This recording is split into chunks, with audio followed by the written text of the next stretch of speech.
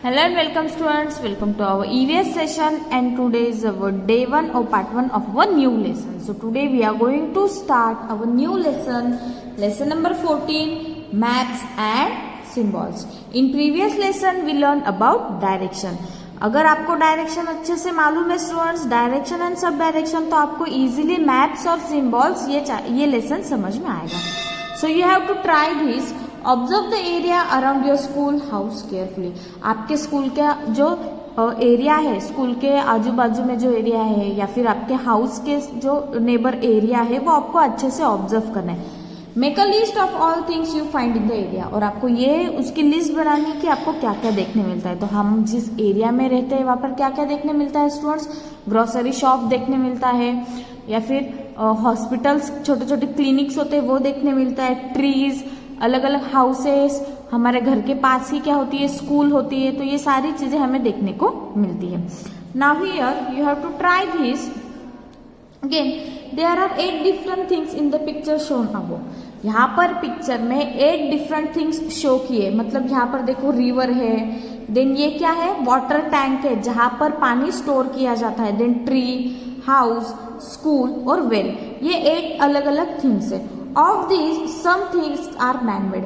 इनमें से कुछ जो चीजें हैं वो मैनमेड है. मैनमेड मतलब जो आदमी, जो इंसान, जो ह्यूमन बीइंग बनाता है. While others have from nature. और कुछ ऐसे चीजें हैं जो नेचर से हमें मिलती है, मतलब नेचुरल होती है. They can be classified as shown below. ये जो 8 थिंग्स है ये क्लासिफाई की गई है, 2 हिस्सों में उसे क्लासिफाई किया गया है, डिवाइड किया गया है. नेचुरल कौन सी थिंग्स है वो आपको यहाँ पर लिखनी है, मैनमेड कौन सी वो यहाँ पर दी है. सो अ रिवर. रिवर कोई ह्यूमन बीइंग बनाता है क्या? नहीं, ये हमें नेचर से ही मिलती है. सो नेचुरल के नीचे ये आएगा. Then next is tree.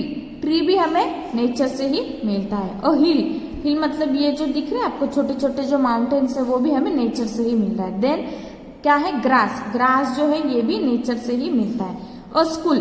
School क्या है, स्कूल की जो बिल्डिंग होती है वो लेबर्स बनाते हैं, मैन बनाते हैं, इसलिए उसे मैनमेड कहते हैं. और वाटर टावर वो भी लेबर ही बनाते हैं, इसलिए वो भी मैनमेड है. और हाउस और रोड ये भी मैनमेड ही है. सो you have also made a list of things seen in your area. Classify the items in list and into natural and manmade thing. जो आपने लिस्ट बनाई हो है उसको आपको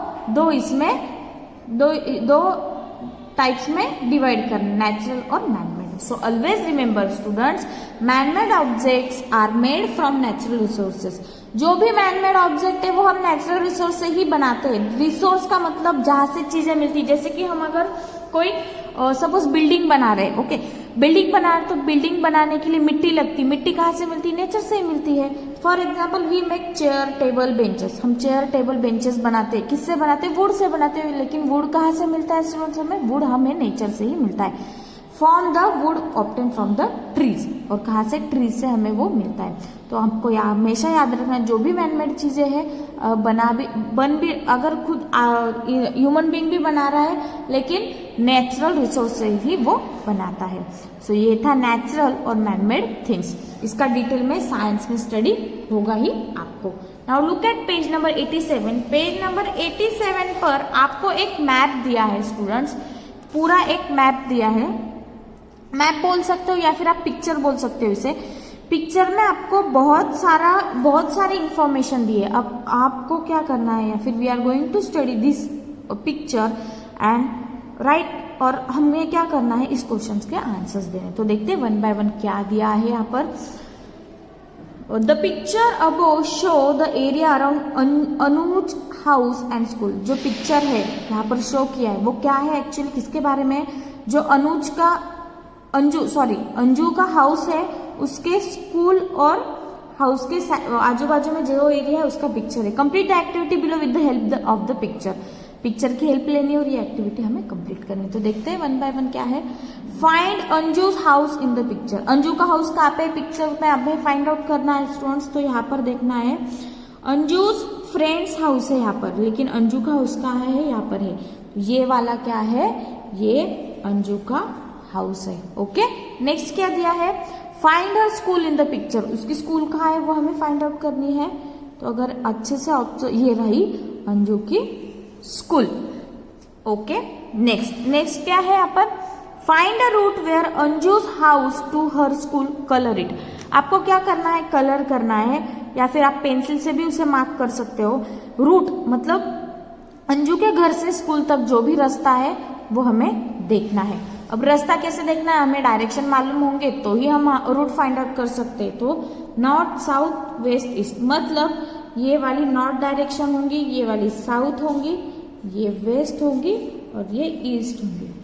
मतलब ये जो हिस्सा है ये नॉर्थ होगा, ये वाला हिस्सा साउथ होगा, ये वेस्ट होगा, ये ईस्ट होगा।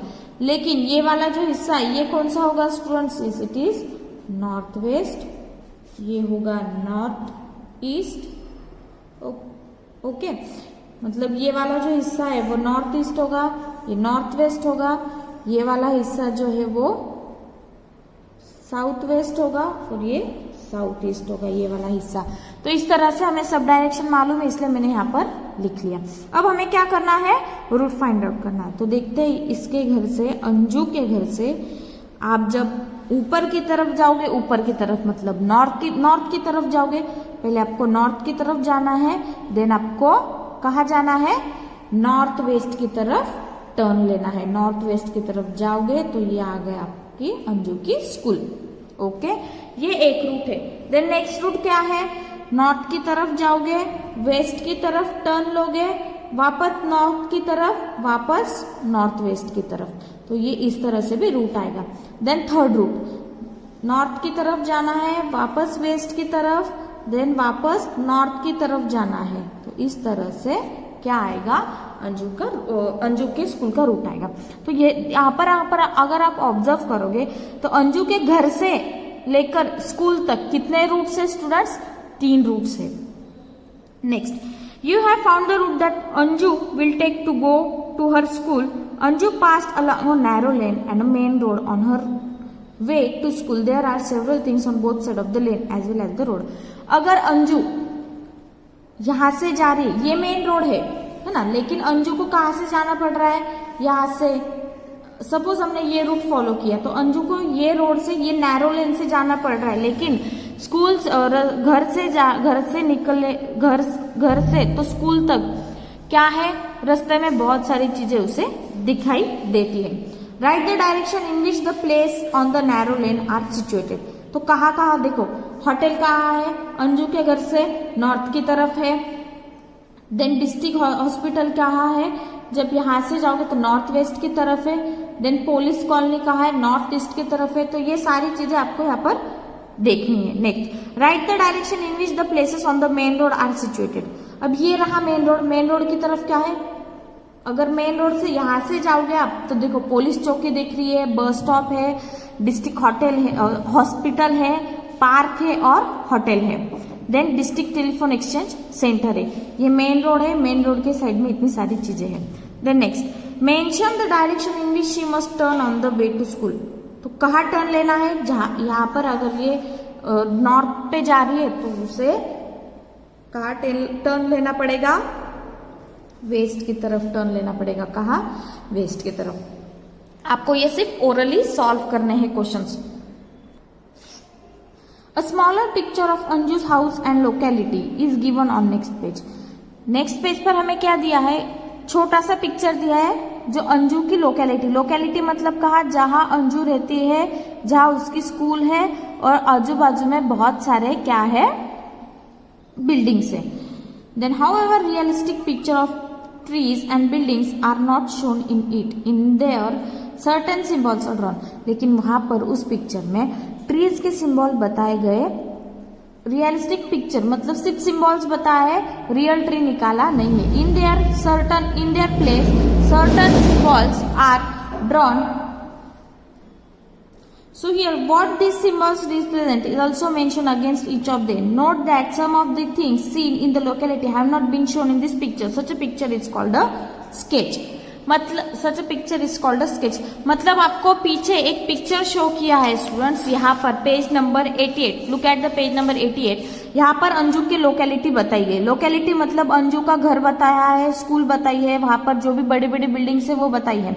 लेकिन उन्होंने क्या बोला, यहाँ पर जो है स्टूडेंट्स, यहाँ पर एक क्या शो किया है, सिर्फ सिंबल से, ओरिजिनल पिक्चर नहीं है। जैसे कि यहाँ पर देखो अंजू की स्कूल है, पिछले अगर मैप में देखोगे, पिछले अगर पिक्चर में देखोगे तो अंजू के स्कूल का पिक्चर था यहाँ पर, लेकिन यहाँ पर सिर्फ एक रेक्टेंगुलर बॉक्स ड्रॉ किया है। ट्री देखो कैसे ड्रॉ किया है, सिर्फ सिंबॉलिकली यहाँ पर रिप्रेजेंट किया है, जिसे हम स्केच बोलते हैं। आपको सिंपल डेफिनेशन क्या है फिर देखो स्केच की, जहां ऐसा पिक्चर या फिर ऐसा मैप जो सिंबल से रिप्रेजेंट होता है, वहां पर ओरिजिनल पिक्चर्स नहीं होते, उसे हम स्केच कहते हैं। Okay students, so here can you tell, study the sketch and do the following. आपको स्टडी करना है ये स्केच को और देखना है क्या है।